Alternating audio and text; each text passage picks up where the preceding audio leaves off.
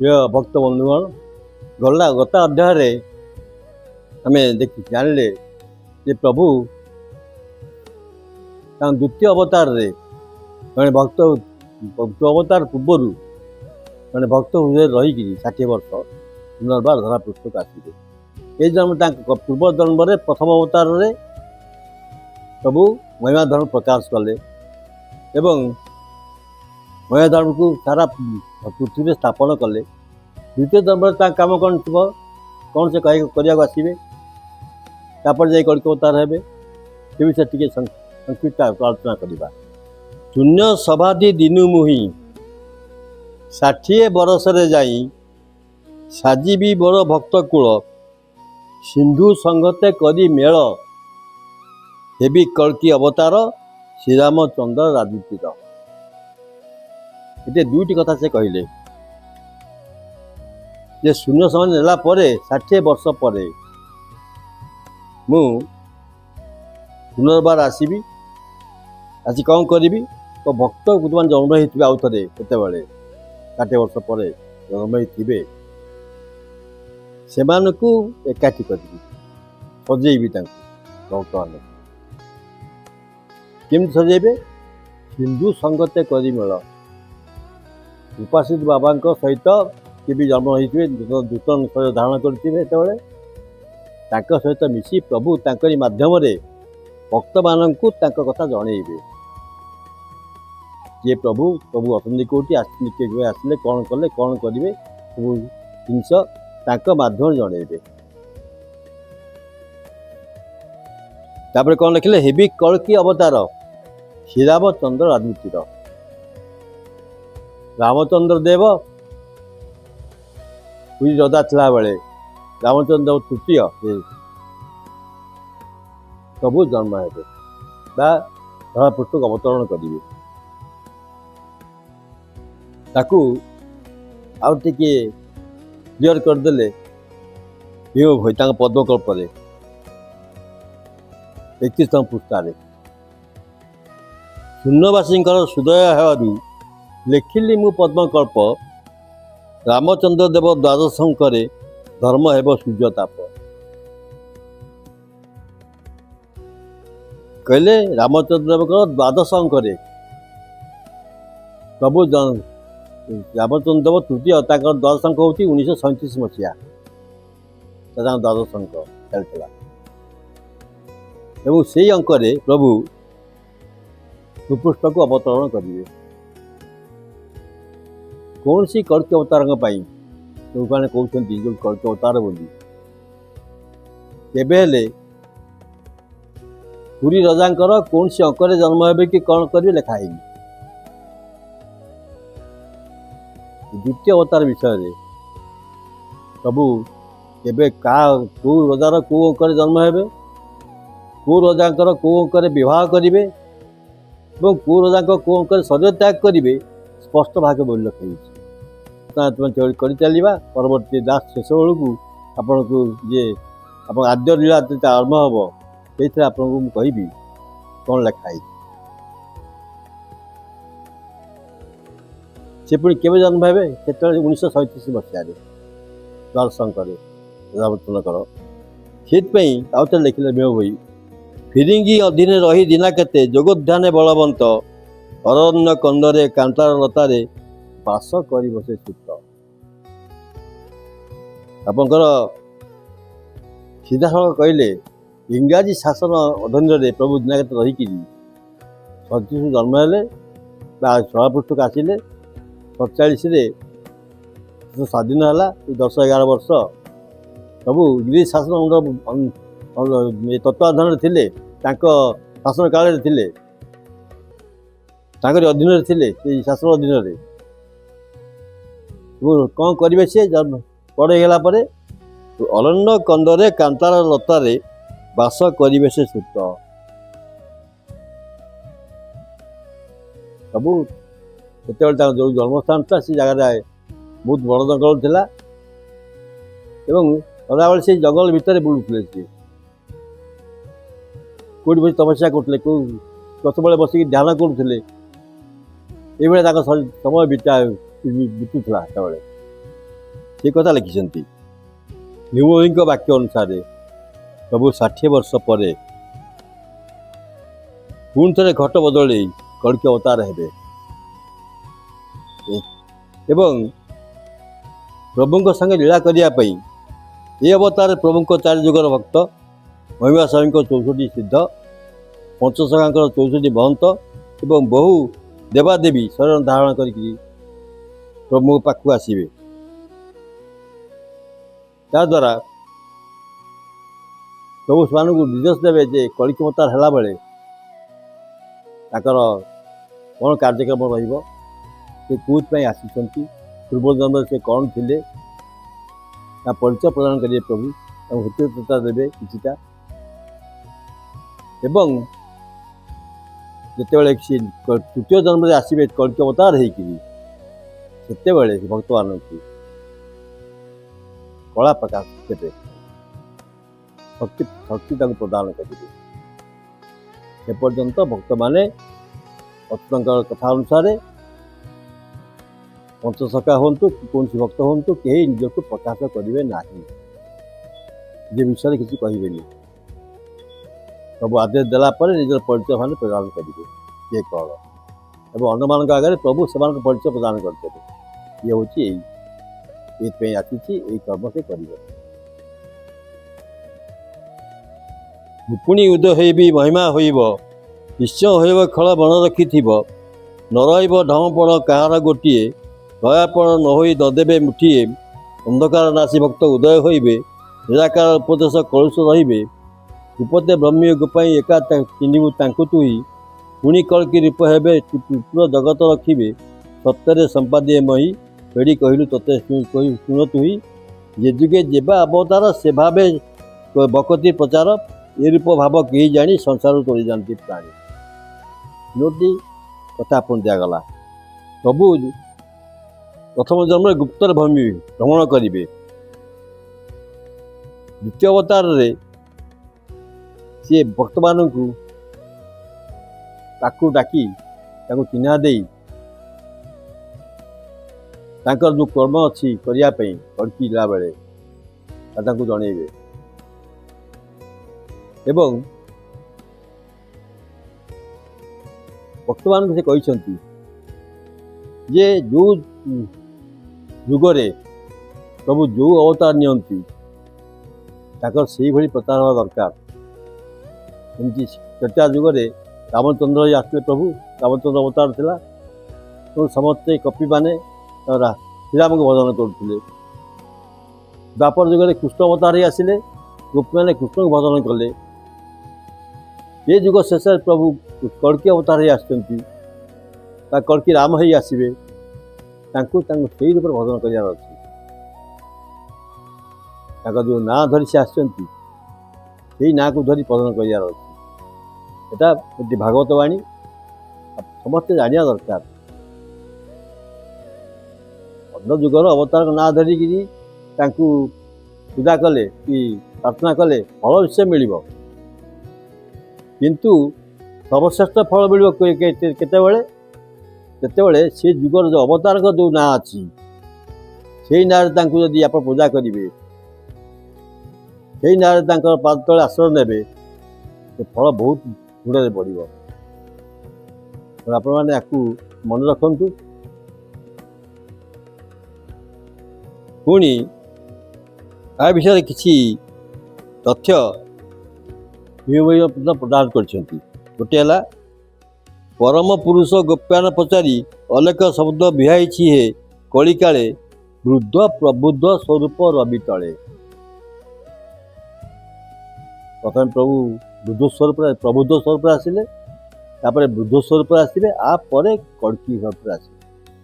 ଭୀମ ଭୋଇ ତାଙ୍କ 34 35 କ 34 ନମ୍ବର ସେ ପୁଣି ବାଣୀ ଦେଲେ କ'ଣ? କର୍ମ ଆଦରି ଥାଅ ସର୍ବେ, କଳ୍କି ରୂପ ପ୍ରଭୁ ହେବେ, ସ୍ଥିତିରେ ରହି ଧର୍ମଧର, କ୍ଷମା କରିବେ ମହିଭାର, ଗୁରୁ ଗୋପ୍ୟାନ ହୋଇଛନ୍ତି, କରି ଗାରିମାପଣ ବୁଝୁଛନ୍ତି, ଘିନି ସଙ୍ଗତେ ଜ୍ଞାନ ଧର୍ମ ଘଟ ସମାଧି ହେଲେ ବ୍ରହ୍ମ, ନିଷ୍କାମ ଭାବେ ଯେଉଥିବ ନାରାୟଣଙ୍କୁ ସେ ଦେଖିବ। ଦ୍ୱିତୀୟ ଜନ୍ମରେ ପ୍ରଭୁ ଘଟ ସମାଧି ଦେଲେ ଏବଂ ସେ ଗୋପ୍ୟ ହେଇକିରି ଭକ୍ତମାନଙ୍କର ଗାରିମା ପଣକୁ ଉଠୁଛନ୍ତି। ଓ ଭକ୍ତ କ'ଣ କରୁଛି? ଗର୍ବରେ ରହିଛି ମୁଁ ପ୍ରଭୁଙ୍କ ଭକ୍ତ, ବଡ଼ ଭକ୍ତ କହିକିରି, କି କିଏ ନୂନ ରହି ପ୍ରଭୁଙ୍କ ସେବା କରୁଛି, କି ପ୍ରଭୁଙ୍କ କର୍ମ କରୁଛି, ସବୁ ତା ବୁଝିବେ ଗୋପନରେ ରହିକିରି। ଏବଂ ଘେନି ସଙ୍ଗରେ ଜ୍ଞାନ ଧର୍ମ, ଘଟ ସମାଧି ହେଲେ ବ୍ରହ୍ମ। ବ୍ରହ୍ମସ୍ୱାମୀ ସେୟା କରିଥିଲେ, ଅନନ୍ତମୟା ସ୍ୱାମୀ ସେୟା କଲେ। ଆସିଲେ ଜ୍ଞାନ ପ୍ରଦାନ କଲେ, ଉଚିତତା ଦେବେ ଭକ୍ତମାନ, ସମସ୍ତେ ତାଙ୍କୁ ଚିହ୍ନି ପାରିବେ। ଶୁଣିଥିଲେ କ'ଣ? ନିଷ୍କାମ ଭାବେ ଯେଉଁ ଥିବ ନାରାୟଣଙ୍କୁ ସେ ଦେଖିବ। ଯେ ନିଷ୍କାମ ଭାବରେ ଥିବ ସେହି ପ୍ରଭୁଙ୍କ ଦର୍ଶନ ପାଇବ, ଆଉ କେହି ନୁହେଁ। ଠିଆକୁ ଟାକିଥିଲେ ରହି ଛୁରା ଛେଉଣ୍ଡା ପ୍ରାୟ ହୋଇ, ଠାକୁର ଉଦୟ ହେବେ ବହି ଠିକ କହି ଭୀମ ବହି। ସବୁ କିଛି ଠିଆ କଣ୍ଠ ଦେଇଛନ୍ତି ବର୍ତ୍ତମାନ, ମୁଁ ଅମୁକ ସମୟରେ ଆସିବି। ତ ବର୍ତ୍ତମାନ ସେ କହିଛନ୍ତି, ତାଙ୍କର ଯେ ନିଜ ଭକ୍ତ ଦେହଲାଇ ଭକ୍ତ, ତାଙ୍କୁ କହିଛନ୍ତି ଯେ ତୁମେ ସେ ଠିଆ କଣ୍ଠକୁ ଜାଗି ଅନେଇଥାଅ, ମୁଁ ସେଇ ସମୟରେ ଆସିବି।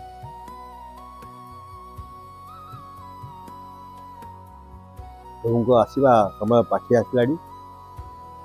ଅଚ୍ୟୁତଙ୍କର ବାଣୀ ଅନୁସାରେ ଆମେ ସମସ୍ତେ ନିଷ୍କାମ ଭାବରେ ପ୍ରଭୁଙ୍କ ପାତ୍ରରେ ଆଶ୍ରୟ ନେଇ ତାଙ୍କର ଗୁଣଗାନ କରି, ତାଙ୍କ ନାମ ଭଜନ କରି ରହିବା, ସେହି ଏକମାତ୍ର କର୍ତ୍ତବ୍ୟ ଆମ ପାଇଁ।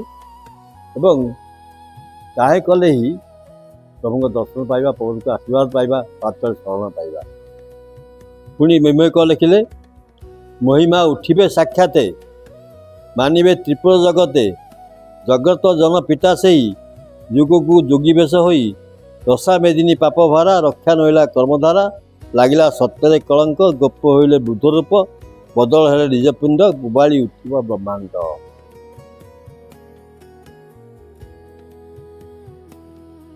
ପ୍ରଭୁ ସତ୍ୟରେ କଳିକି ଲାଗିଗଲା, ଧର୍ମରେ କଳଙ୍କ ଲାଗିଲା, ଦେଖିଲେ ସିଏ ନିଜେ। ପରବର୍ତ୍ତୀ ଅଧ୍ୟାୟ ମୁଁ କହିବି, ପ୍ରମାଣ ଦେବି ଯେ ପ୍ରଭୁଙ୍କୁ ଯେଉଁ ବର୍ତ୍ତମାନ ଯେଉଁ ଅଲେଖ ଧର୍ମ ଭିତରେ ଯେଉଁ ଚାଲିଛି, ତାଙ୍କୁ ଦେଖି ଭଲ ଲାଗିଲାନି।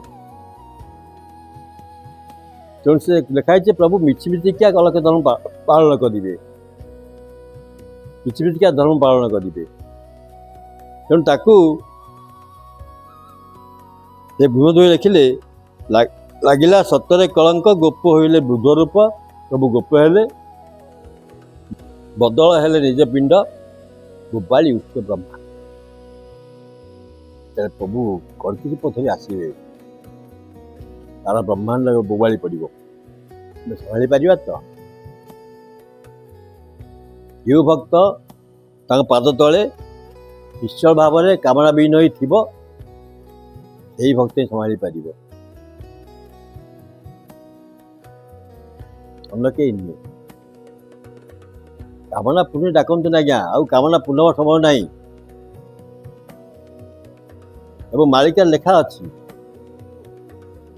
ଯେତେବେଳେ ସରିବ, ଖେଳ ସରିଯିବ, ଯେଉଁମାନେ ଭକ୍ତ ରହିବେ ସବୁ ସମସ୍ତଙ୍କ ମନୋକାମନା ପୂର୍ଣ୍ଣ କରିବେ। ଏବେ ଏପରି ଲେଖା ହେଇଛି, ବୃଦ୍ଧ ହୋଇବେ ଯୁବ, ବୁଢ଼ାମାନଙ୍କୁ ପ୍ରଭୁ ଯୁବକ କରିଦେବେ ବ୍ରହ୍ମାଣ୍ଡ ରକ୍ଷା ପାଇଁ। ଯାହାର ଯେଉଁ କାମନା ସବୁ ପୂରଣ କରିବେ। କିଏ ସନ୍ନ୍ୟାସୀ ହେବ ଚାହିଁବ ତ ସନ୍ନ୍ୟାସୀ ହେବ, କିଏ ସଂସାର କରିବାକୁ ଚାହିଁବ ସେ ସଂସାରୀ ହେବ, ଯିଏ ମୋକ୍ଷ ପ୍ରାପ୍ତି କରିବାକୁ ଚାହିଁବ ସେ ତାକୁ ମୋକ୍ଷ ମିଳିଯିବ। ତେଣୁ ଯାହାର ଯାହା କାମନା ପ୍ରଭୁ କାହାର ଅପୂରଣ ରଖିବେନି। ହେଲେ ଆଉ କାହାର ମୁଣ୍ଡ କୌଣସି କାମନା ରହିବନି। ସତ୍ୟ ଯୁଗରେ ନିଷ୍କାମ ଭାବରେ ସେମାନେ କର୍ମ ସମ୍ପାଦନ କରିବେ। ଭକ୍ତ କବି ନାରାୟଣ ଦାସ ମହିମା ଗୋସ୍ୱାମୀଙ୍କର ଜଣେ ବଡ଼ ଶିଷ୍ୟ ସେ ଥିଲେ ଏବଂ ତାଙ୍କୁ ଆଜ୍ଞାପ୍ରାପ୍ତ ସେ ଲେଖକ ହିସାବରେ ପ୍ରଭୁଙ୍କ ପାଖରେ ଥିଲେ। ସିଏ ବହୁତ ରଚନା କରିଯାଇଛନ୍ତି, ତାଙ୍କର ଭଜନମାଳା, ତାଙ୍କର ଚଉତିସା ଇତ୍ୟାଦି ଅଛି। ଏତେ ସିଏ ଭଜନ ନମ୍ବର 5ରେ ଲେଖିଛନ୍ତି, ଅନାଦି ପୁରୁଷଙ୍କର ନୟନରୁ ବହେ ନୀର ଭକ୍ତଙ୍କ ନିମନ୍ତେ ବଦଳାଇଲେ କାୟା ବରଣ ସେଠାରେ ଜାଣି ନାରାୟଣ ଅର୍ଖିତ ଭରି ଢାଙ୍କୁଣି ଫିଟିଲେ ଆଉ ନାହିଁ ତ ଦୟା। ଦୁଇଟି କଥା ସେ କହିଲେ। ଭକ୍ତମାନଙ୍କର ବ୍ୟତିକ୍ରମ ଦେଖି ଭକ୍ତମାନଙ୍କର ଦୁଃଖ ଦେଖି ସେ କାୟା ବଦଳାଇଲେ ଏବଂ ଆଉ ଥରେ ଆସିବ କଳ୍କି ରୂପରେ ଆସିବେ ସେତେବେଳେ ଢେଙ୍କାନାଳ ଢାଙ୍କୁଣି ଫିଟିଲା ପରେ ଆଉ ତାଙ୍କ ପାଖରେ ପୁଣି ଦୟା ଭାବ ରହିବ ନାହିଁ। କେହି ଦୟା ପାଇବନି ତାଙ୍କର। ଏକଳି ମହାବଳୀ ଅଟେ ଜ୍ଞାନ ଖଡ଼୍ଗେ ଏହା କାଟେ ଅସୁରେ ହୋଇବେ ଗଞ୍ଜି ଦୁଗ୍ଧ ଲବଣୀ ପ୍ରାୟ ମଞ୍ଜି ଦୟାରେ ରଖିବୁ ଏ ମହି ଦୁଷ୍ଟଙ୍କୁ ଗର୍ବ ଦେବୁ ଦହି ବିଖ୍ୟାତ କରି ନିଜ ଧର୍ମ ଏ ରୂପ କରିବୁ ଗୋପ୍ୟାନ ବ୍ରହ୍ମର ଧର୍ମ ପ୍ରକାଶିବ ଜଗତ ଆଲୋକ ଦିଶିବ ପୁଣି କଳ୍କି ରୂପ ହେବୁ ଭକ୍ତ ଜନଙ୍କୁ ତାରିବୁ। ପ୍ରଭୁ ଦୟାକରି ବହିକି ଆପଣ ଏ ପୃଥିବୀ ରକ୍ଷା କଲେ ତାହେଲେ ପୃଥିବୀ ରସାତଳକୁ ପଳେଇଥାନ୍ତା ପାପଭାରରେ। ସେ କଥା ସେ କହିଛନ୍ତି ରସସାଗର ଗୀତାରେ ସିଦ୍ଧ ଆଦିକନ୍ଦ ଦାସ। 64 ସିଦ୍ଧ ମଧ୍ୟରୁ ଇଏ ଜଣେ ସିଦ୍ଧ ଥିଲେ। ବାକ୍ସିଦ୍ଧି ଥିଲା ଆଙ୍କର। ଯାହା କହୁଥିଲେ ମୁଣ୍ଡରୁ ବାହାରୁଥିଲା ତାହା ହିଁ ସତ ହେଉଥିଲା। ଏବଂ ସିଏ ଲେଖିଛନ୍ତି ଯେ ଆମେ ବ୍ରହ୍ମାଣ୍ଡକୁ ଏ ବହିକୁ ନିଜ ଦୟାରେ ରଖିବୁ ସତବେଳେ ପଳେଇବ ଇଏ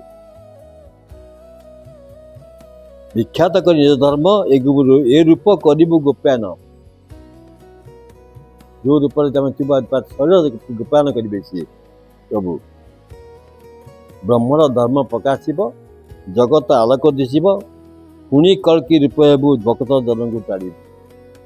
ସବୁ କଳ୍କି ରୂପ ହେବେ ଭକ୍ତଙ୍କୁ ତାରଣ କରିବା ପାଇଁ ପାପୀଙ୍କୁ ନାଶ କରିବା ପାଇଁ ସତ୍ୟ ଧର୍ମ ପ୍ରତିଷ୍ଠା କରିବା ପାଇଁ ଏବଂ ଯେଉଁମାନେ ସବୁ ଦୁଃଖ କଷ୍ଟରେ ପଡ଼ିକିରି ଯୁଗ ଶେଷକୁ ଥିବେ ପ୍ରଭୁଙ୍କୁ ଆଶ୍ରିତ ହୋଇ ପ୍ରଭୁ ସେମାନଙ୍କୁ ତାରିବେ ପାଦ ତଳେ ଆଶ୍ରୟ ଦେବେ ତାଙ୍କୁ ସମସ୍ତଙ୍କ ମନବାଞ୍ଛା ପୂରଣ କରିବେ। ସେ ମୁଖ୍ୟ ଆଜ୍ଞା ଦେଲେ ଜଣୁ ଗ୍ରନ୍ଥ ଲେଖିଲି ମୁହିଁ ତେଣୁ ଏ କଳି ଯୁଗ ଶେଷ ଗତେ ଅନାଦି ଲୀଳା ହେବ ମର୍ତ୍ତେ ସୃଜନେ ଟାକିଥା ରହି ଦର୍ଶନେ ମୁକ୍ତ ହେବ ଦେଇ ଭକତି କରି ଶ୍ରୀପୟର ଧ୍ୱନି ଜନ୍ମରୁ ହେବ ପାର। ତାକୁ ଆପଣଙ୍କର 24 ପଟ ମାଳିକାର 7ମ ପଟ ଅର୍ଥ ଲେଖିବେ। ପ୍ରଭୁଙ୍କ ଶ୍ରୀପୟରକୁ ତଳେ ଆଶ୍ରୟ ଯିଏ ନେଇଥିବ ସିଏ ତାର ଆଉ ଜନ୍ମ ରହିବ ମୋକ୍ଷ ପ୍ରାପ୍ତ ହେବ।